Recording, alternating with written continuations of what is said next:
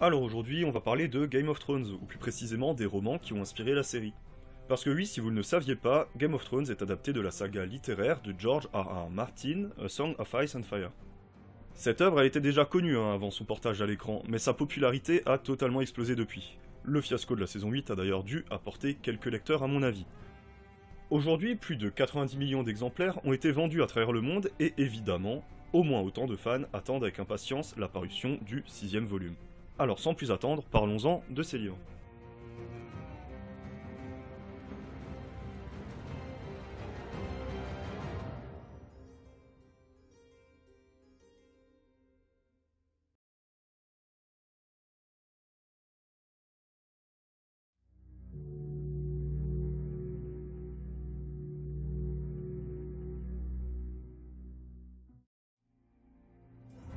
Tout commence au début des années 90.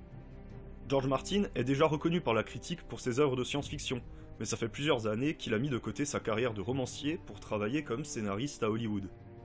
Et ça commence à le lasser, parce que son imagination est restreinte par les limitations du format. Il va donc revenir à l'écriture.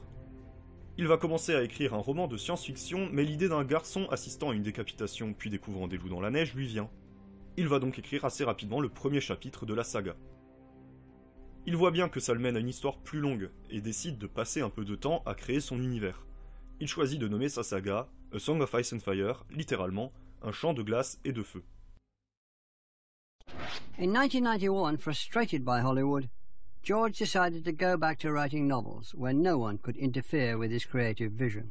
And suddenly the first chapter of Game of Thrones came to me, where they find the direwolf pups. I knew it wasn't part of the science fiction novel I was writing. This was clearly a fantasy, medieval, had these wolves and this large family. I'd been reading a lot of historical fiction, and it might have been in the back of my mind, but suddenly it all gelled, and I wrote that chapter in like 2-3 days. You know, I have a big imagination. I have an epic story I want to tell. I'm going to make it as big as my imagination. I'm going to have all the castles and battles I want. I'm going to have hundreds of characters because the real world is complex. I want my fictional world to be complex too, not a kind of simplified thing. I want to have giant battles. I want to have incredible castles that each one is distinct from the other that people remember for all time. I want to have dragons and direwolves and mammoths and a wall of ice that's 700 feet tall. I want something huge and epic that can stand up there with Tolkien. Après plusieurs années de travail, le premier volume, A Game of Thrones, sort en 1996. Ce n'est pas un best-seller, mais il est déjà salué par la critique.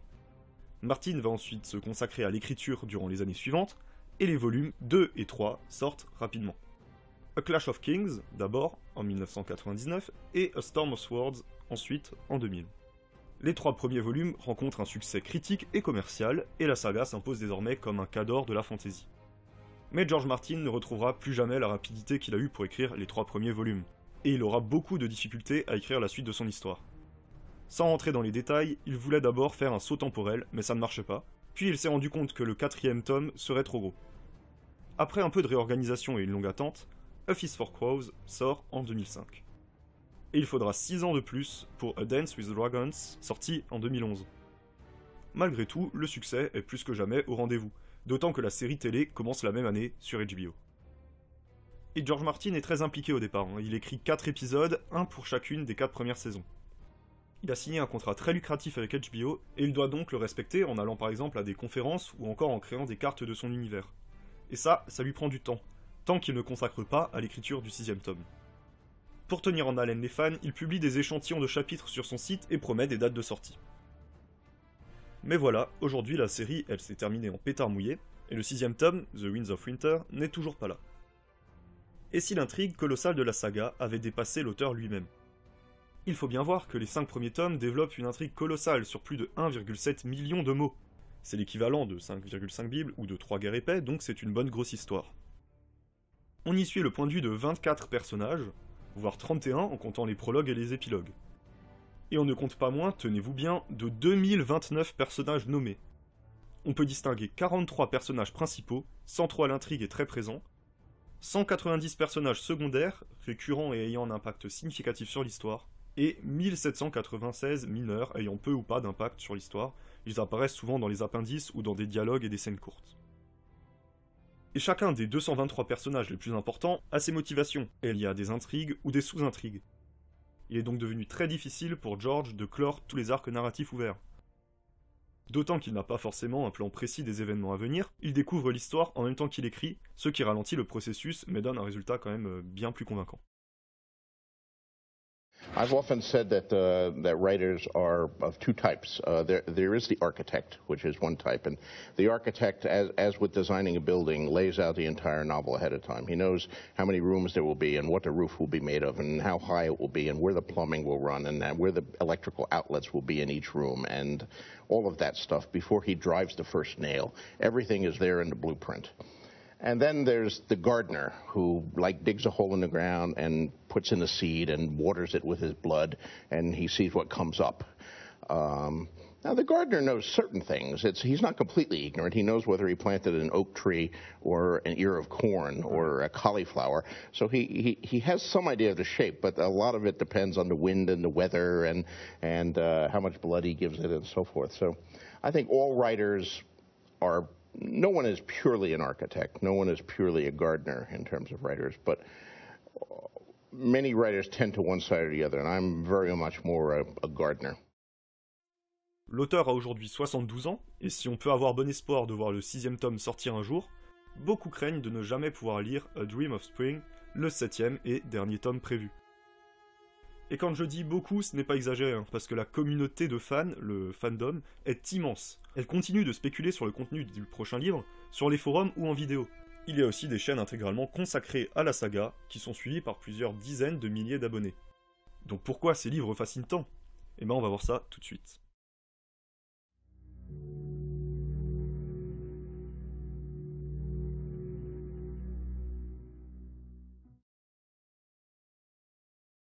La force principale de la saga, c'est son intrigue et sa narration très soignée.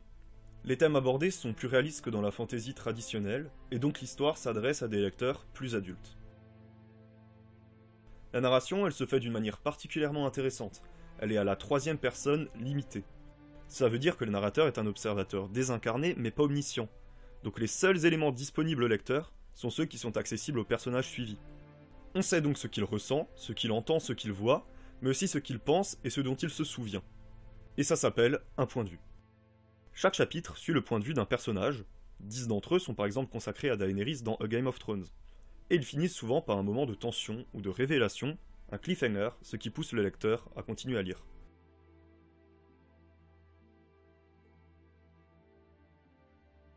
Les personnages présentent souvent un comportement d'une moralité ambiguë. I've often said that I believe in gray characters. I don't believe in black and white characters. I don't want to write the band of heroes on one side and the orcs on the other side. But that's not to say that that all characters are equally gray. You know, some are very dark gray, and some are mostly white, but they still have occasional flaws in them. I've always been fascinated by human beings and all their complexity, and even human beings who do appalling things, you know, the question is why? Why do they do appalling things? And it's interesting to get inside their head and see why. You know, some of my viewpoint characters have done some incredibly reprehensible things. Theon, for example, or Victorian Greyjoy. Why? Why have they done those things? Were they just like born a monster? Weren't they born a cute little kid running around and saying, why is the sky blue, mommy, and, you know, wanting to be loved and all that? We all start out that way, right? But things happen to us along the way that lead us to junctures in our life where we make decisions. And those decisions and the consequences of them color everything that comes after and colors the perception of the people.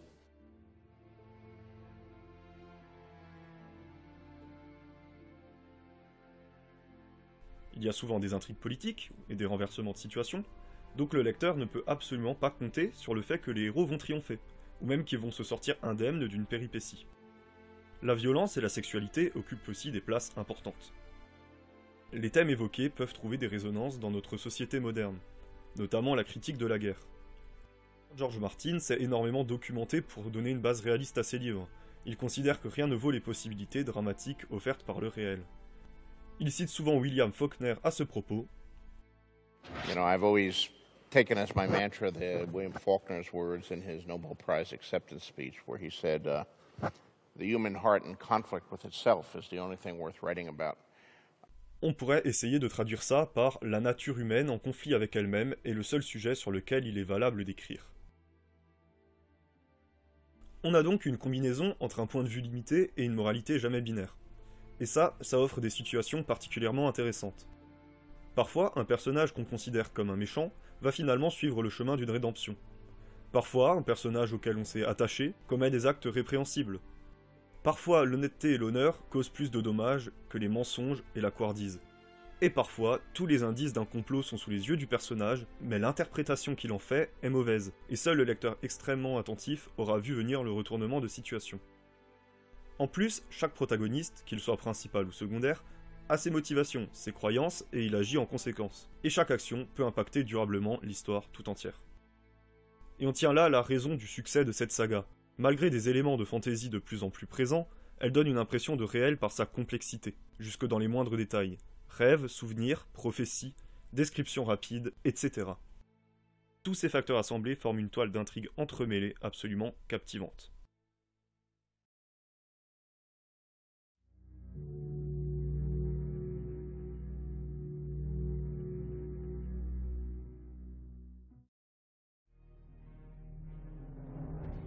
L'univers de la saga est largement inspiré du Moyen-Âge européen, sur lequel George Martin s'est énormément documenté pour donner une base réelle à ses livres. Ses inspirations sont multiples, fantasy avec l'incontournable Seigneur des Anneaux de Tolkien, roman historique avec les Rois Maudits de Maurice Druon, mythologie, mais surtout la vraie histoire. Et on a donc un univers inspiré du Moyen-Âge et de l'Antiquité, le tout évidemment avec une dose de fantastique, de gigantisme et d'originalité. On a quelques exemples évidents avec le mur, le titan de Bravos, la haute tour de Villevieille ou le pont de Volantis. Il y a aussi le culte des sept qui rappelle fortement la religion catholique et sa trinité. That's the process of making fantasy is, you know, you take something that's real, but fantasy is always bigger and brighter and more colorful than real life. I mean, The Wall was inspired by my visit in 1981 to Hadrian's Wall in England, which I recommend to any of you who haven't seen it. You know, the wall built by the Emperor Hadrian to defend Roman colonies in the south of Britain from the wild people who lived to the north. So I'm standing on top of Hadrian's Wall by myself as the sun goes down and the wind was rising and it was very cold, and I had one of these magical moments where I was trying to, well, imagine I'm a Roman legionary and I'm from Morocco or Mesopotamia or Sicily, and now I've been sent to this really cold, scary place, and I'm standing on this wall watching what might come out of those trees and those hills to the north at the end of the known world and wondering what could be. And I said, this is a great feeling. I have to try to write about that and evoke it. But of course, the real Hadrian's Wall is only like 10 feet high. So, it seems pretty cool when you're standing on top of it, but fantasy makes things bigger. Quant aux intrigues politiques, elles sont profondément liées au système féodal, dont la violence et l'absurdité sont constamment mises en évidence. Les puissants déclenchent des guerres pour l'honneur ou le pouvoir, ce qui les entraîne, avec leurs vassaux et leur population, dans la violence et le cercle éternel de la vengeance. War is so central to fantasy, so much of high fantasy, and yet it's these bloodless wars where the heroes are killing unending armies of orcs, and the heroes themselves are not themselves ever being killed.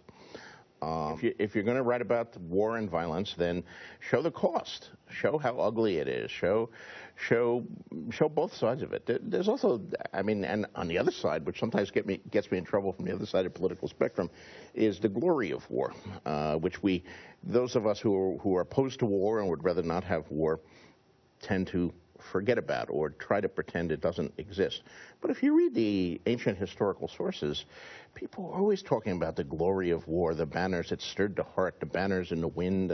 But then after the battle was finished, there would be like severed limbs everywhere and pools of blood. You read descriptions of the Hastings battlefield after the Battle of Hastings were fought. And yeah, there literally were like streams of blood and giant pools of blood. There's a lot of blood in a human being. And when you're fighting with these sharp swords and hacking off limbs and, you know, hacking people in the middle of the head, it's not a bloodless exercise. It's going to come out. And yeah, it's going to come out. And I think if you're going to write about that period, then you should reflect honestly what it's about and capture both sides of that. L'inspiration principale pour tous ces conflits et intrigues est la guerre des Deux Roses, où les York se battent contre les Lancaster. Vous voyez que le parallèle est vite trouvé. Pour le côté fantastique, il y a des échos plus modernes. On retrouve l'idée du changement climatique inexorable avec la menace d'un hiver sans fin porté par les autres. Menace qui n'est d'ailleurs pas prise au sérieux par ceux qui se font la guerre pour le pouvoir, ça vous rappelle peut-être quelque chose. On retrouve aussi le thème de la prolifération nucléaire avec des dragons qui semblent être l'arme de destruction massive par excellence. En bref, les références, hommages et inspirations ne manquent pas, et il serait impossible d'en dresser une liste exhaustive. Alors on va plutôt donner un synopsis de cette histoire pour conclure.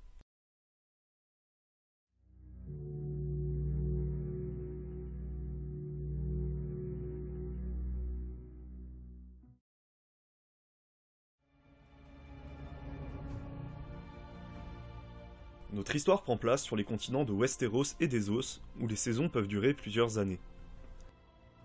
Le royaume des Sept Couronnes s'étend sur tout le continent ouest. Il est contrôlé par les seigneurs de grandes maisons nobles, dont une possède le pouvoir royal. Stark dans le nord, Arryn dans le Val, Tully dans le Conflant, Lannister dans les terres de l'ouest, Baratheon dans les terres de l'orage, Tyrell dans le Bif et Martell à Dorne.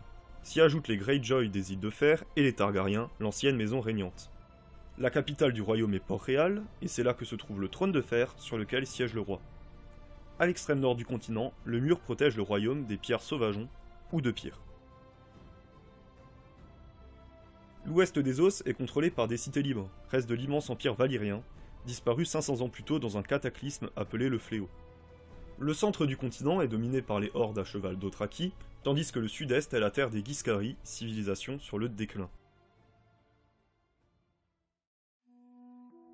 Au commencement de la saga, les Sept Couronnes sont contrôlées par les Baratheons, qui, alliés des Tully, Arryn et Stark, ont renversé 15 ans plus tôt la dynastie Targaryen. La main du roi, qui est une sorte de premier ministre, vient de mourir, et Robert Baratheon fait route vers le nord pour proposer le poste à son ami et allié, Eddard Stark. Ce dernier accepte à contre-cœur et quitte ses terres pour la capitale. Il se retrouve alors dans un nid d'intrigues et de complots, tandis que la guerre civile couve. Son enfant illégitime, Jon Snow, ne peut l'accompagner et prend donc le chemin du mur pour s'engager dans la garde de nuit, un ordre chargé de surveiller la frontière nord du royaume. De l'autre côté du détroit, Viserys et Daenerys Targaryen, derniers survivants de la dynastie déchue, tentent de restaurer la grandeur passée de leur maison. Cette dernière a bâti son empire grâce aux dragons, aujourd'hui disparus. Un mariage arrangé entre Daenerys et le chef de la puissante horde d'Othraki, Khal Drogo, est conclu, préparant ainsi la reconquête du trône de fer.